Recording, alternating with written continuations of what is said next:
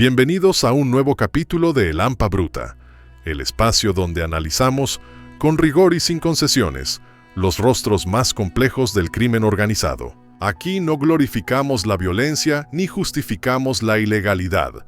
Nuestra misión es contar las historias tal como fueron, con dramatización para acercarlas al público, pero siempre basándonos en hechos reales, investigaciones periodísticas y datos verificables, disponibles públicamente en fuentes abiertas.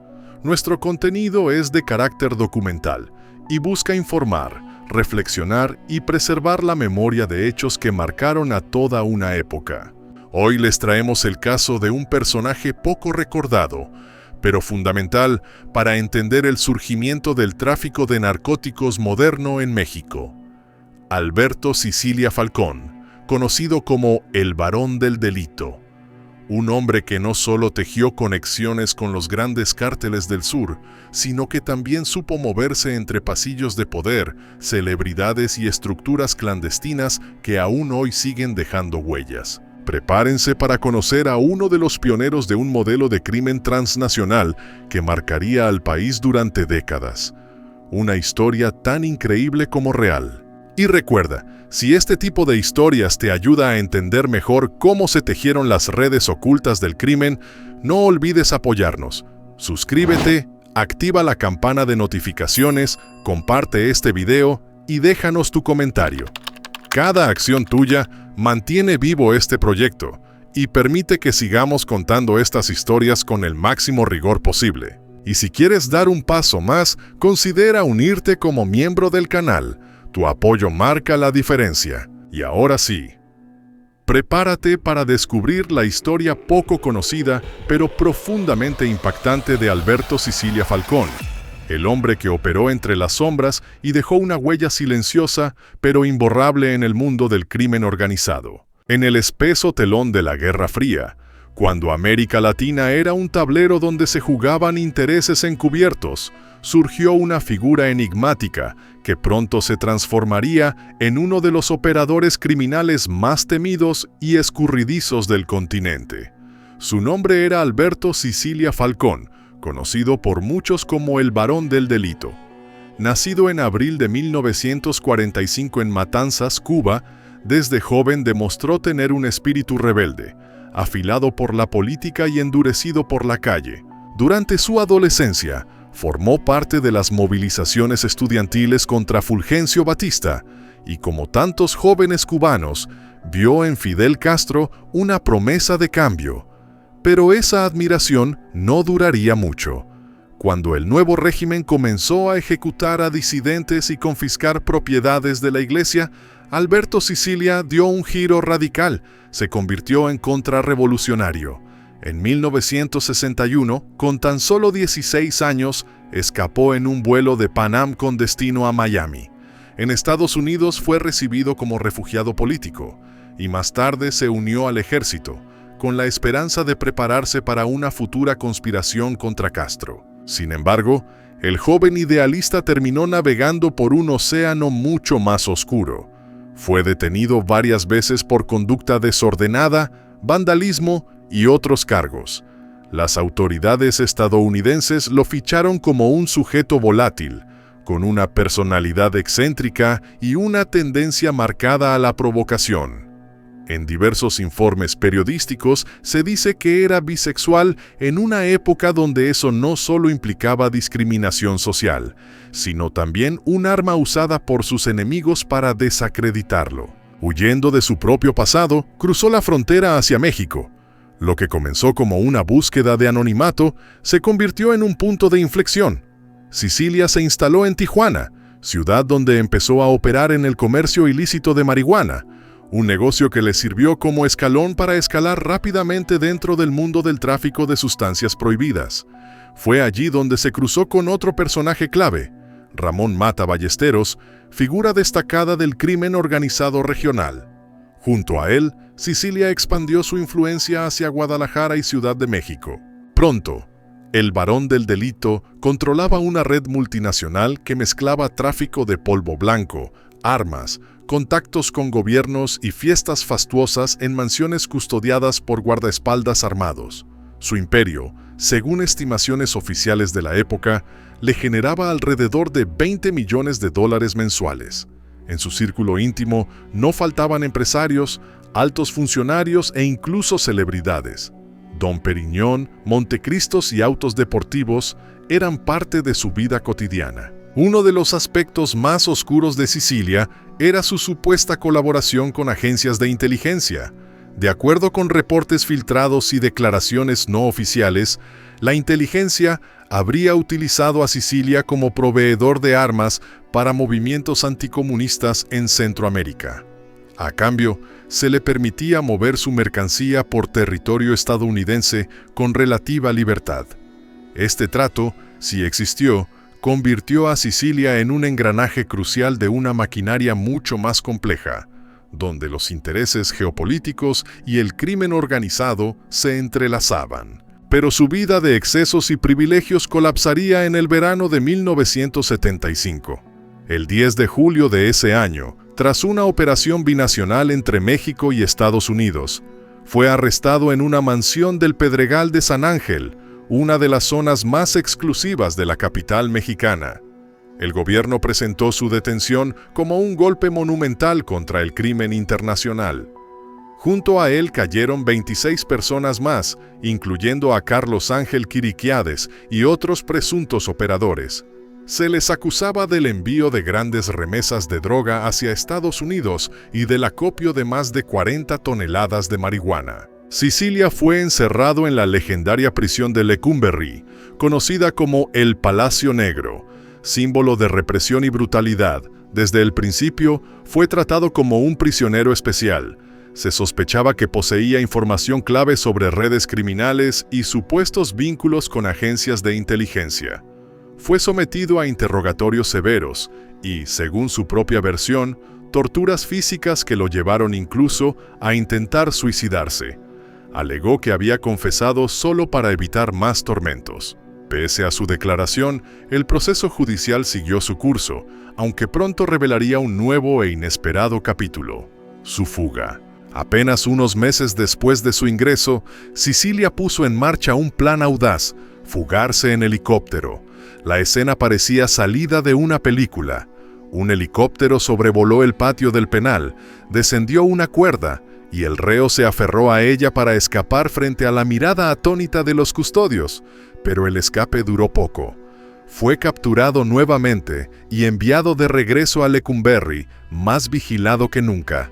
Lo que nadie sabía era que esta fuga aérea era apenas un ensayo para algo mucho más sofisticado, algo que pondría a Sicilia Falcón en los libros de historia criminal: la primera fuga carcelaria por túnel en la historia del tráfico de narcóticos moderno mexicano, muchos años antes de que Joaquín Guzmán Loera hiciera lo mismo.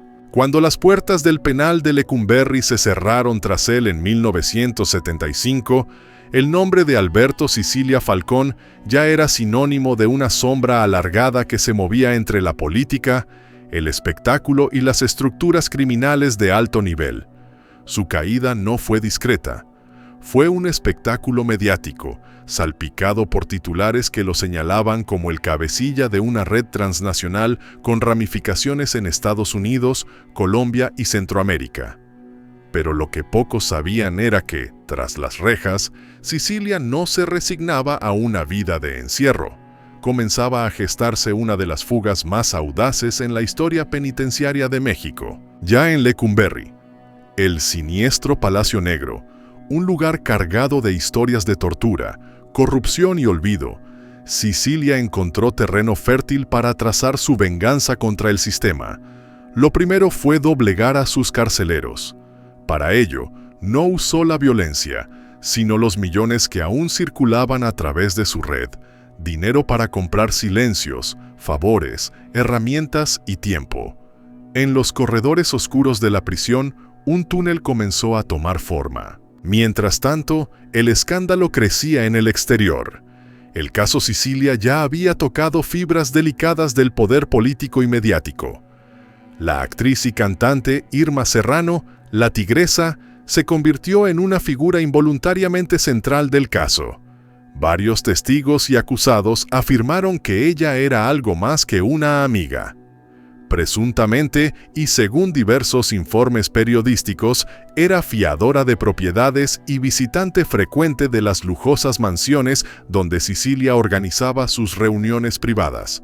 La tigresa, con su temperamento fiero, negó los cargos, denunció una campaña en su contra y amenazó con represalias legales y personales a los medios que insistieran en relacionarla con Alberto Sicilia Falcón. Sin embargo, el daño ya estaba hecho. Su figura pública quedó salpicada y el juicio contra Sicilia tomó un giro aún más mediático. Pero el verdadero golpe lo dio el propio Sicilia en abril de 1976. A espaldas del sistema penitenciario, había excavado, junto con otros reclusos y operarios sobornados, un túnel de más de 40 metros de largo y apenas 80 centímetros de ancho.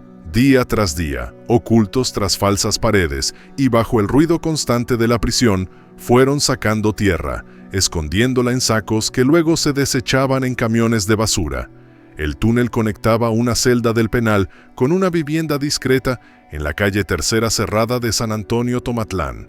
Cuando finalmente emergió del subsuelo, Sicilia desapareció sin dejar rastro durante semanas. La inspección posterior al hallazgo fue reveladora. No solo se encontraron herramientas y planos detallados de la fuga, sino pruebas claras de que funcionarios penitenciarios estaban implicados. La fuga fue un escándalo de tal magnitud que el gobierno se vio obligado a cerrar de forma definitiva el penal de Lecumberri apenas unos meses después.